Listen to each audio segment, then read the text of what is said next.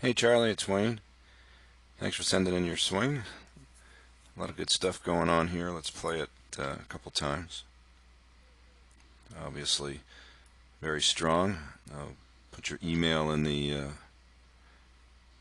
text that I put before the post the video.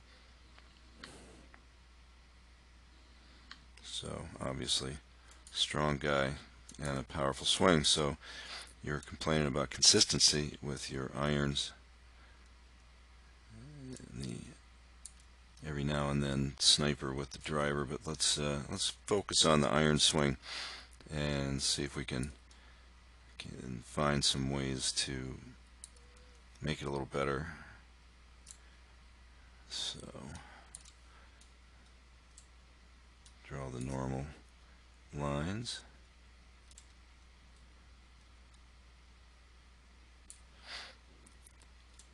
So normally if I put the line on the back of the tush, it's going to have some space between there and the heel. As you can see here, it's right on the heel, but I'm not so sure that that's not because the camera's angled down a little bit. There's a little tilt, and that might make you look a little more over tipped out over the ball than you actually are. But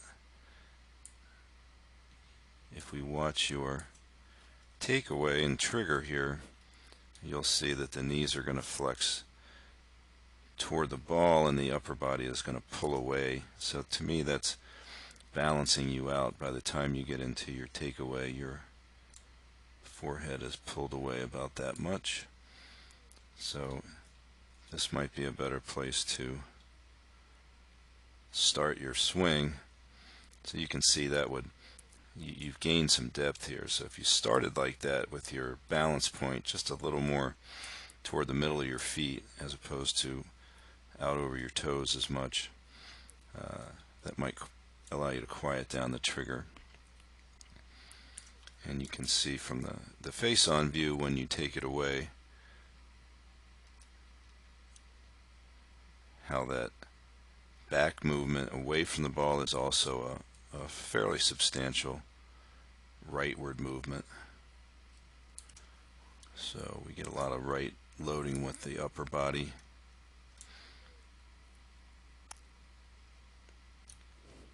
But hips are essentially nice and centered. The lower body shifts fine to the left. The head gets pulled back into the box, and then we see the head back up through the impact area, and you'll see the club trying to line up with the right arm maybe a little sooner than you would like, while the left knee stays flexed. So it looks like the hips are stalling out a little bit, and we want to see from down the line why that might be. So let's take a look. So as you pull away from it a little bit and sit back, the club gets a little bit underneath your hands, and then by the time you get to P3, it's going to be flat of the plane. So that's kind of a normal thing when you're backing up, moving this way, that your shoulder turn would flatten a little bit, and then the club with that forearm rotation that you get, because you can see it, which I like, the toe is more up here.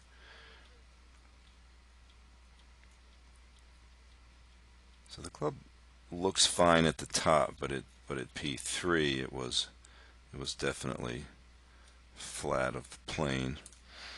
And then what I think is something to focus on is this pattern of shaft movement. So this has gone from flat to on plane, and when it comes down, if you watch, when you get from 4 to 5, look where the shaft is now and compare that to where it was at 3.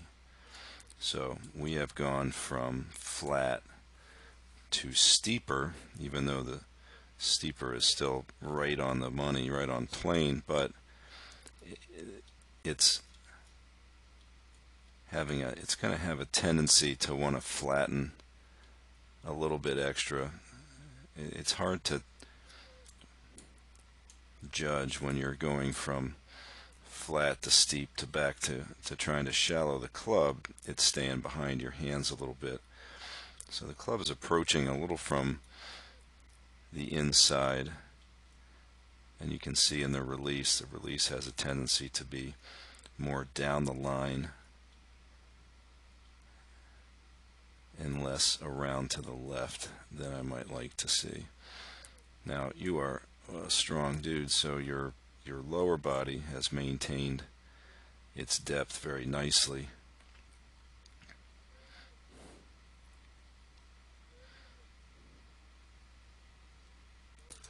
We watch the left knee is going to disappear about here, so you got good rotation.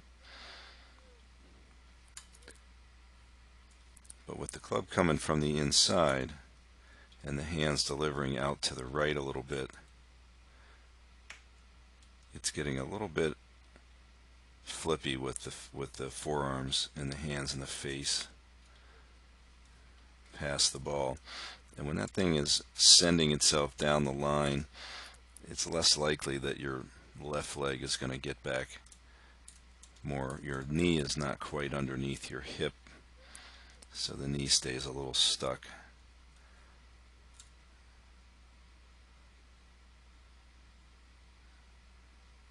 And the hips stall a little bit. So what would we do? So the first thing I would do is get back onto the middle of your feet, like I said. And then in the takeaway, I want you to concentrate more on your forehead line staying out over the ball and not triggering this thing with that sitting move where you sit back. So I think if you try to stay tilted with your pelvis as you start back from this hand position, in the takeaway, if you could keep the club head feeling like it was going to stay outside of your hands a little bit more, and your shoulder turn would feel a little steeper. So what that would feel like initially is that the face wouldn't open quite as much early,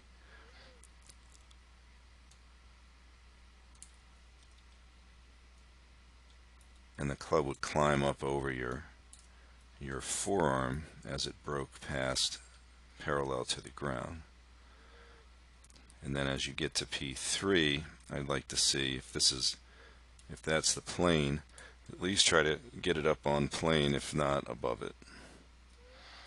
So again, we're trying to change this pattern so that the shaft doesn't go from flat to where it's actually steeper, because you can kind of see, if you look at what the right upper arm is doing here, it's going to stay up.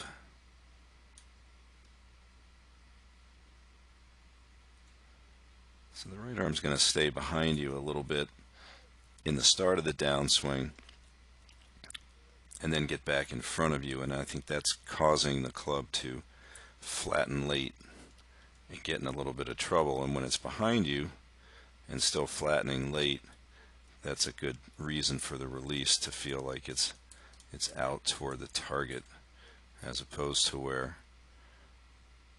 the club would be a little more up here and out on your hands and then heading around to the left.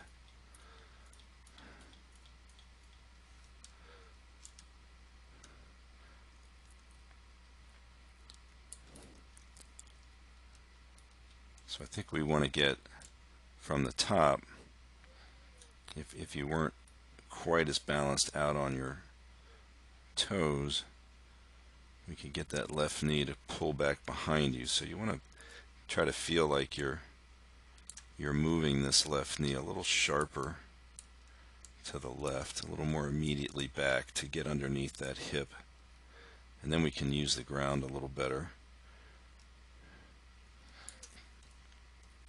But at impact, if you're pushing up off the left and the club is not approaching from the inside, you can take this, turn that left wrist down a little bit,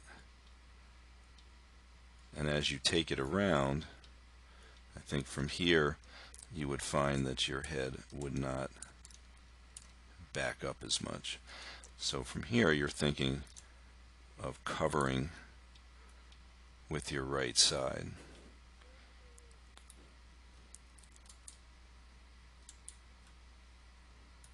So a really good drill for this is to take your right hand at address and slide it down the shaft like I just did there. And then we're going to hit a half shot where you take some of the wrist cock out of the backswing.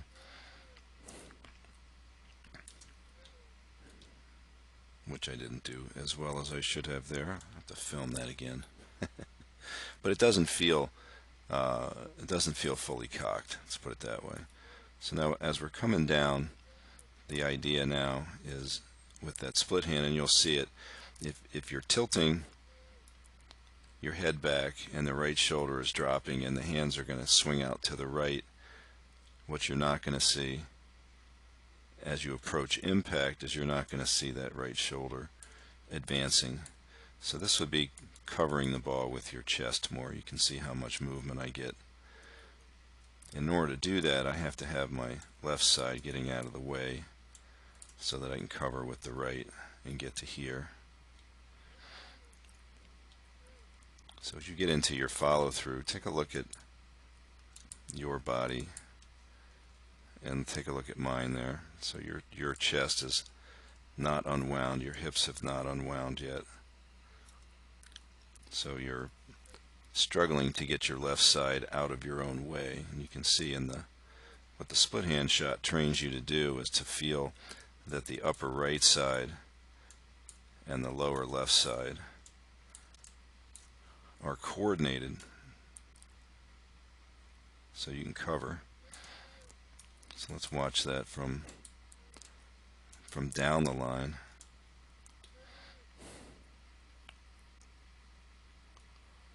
So in this backswing, you can see the club is going to stay outside my hands.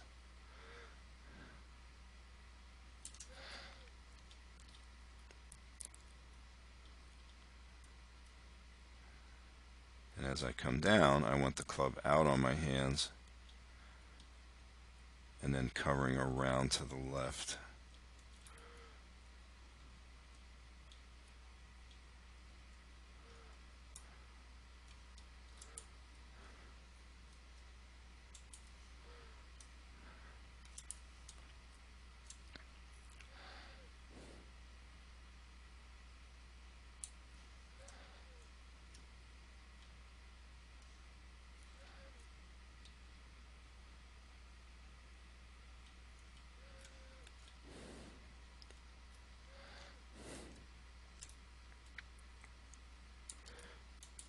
So we definitely want to go more from flat to steep. So here's a swing. Dick Mast, he's older now, but you can see how that shaft is just a little vertical, and then on the downswing it's going to be a little more flat this way. So that'd be the pattern that we'd want to go for. So again, I'm going to keep the club outside the hands. I want to start with your balance a little more toward the middle of your feet. See if you can get a feeling that your shoulder turn is a little steeper so that at left arm parallel, your right arm would feel a little higher and the shaft would point. See if you can get it to point a little more inside the ball, a fraction maybe.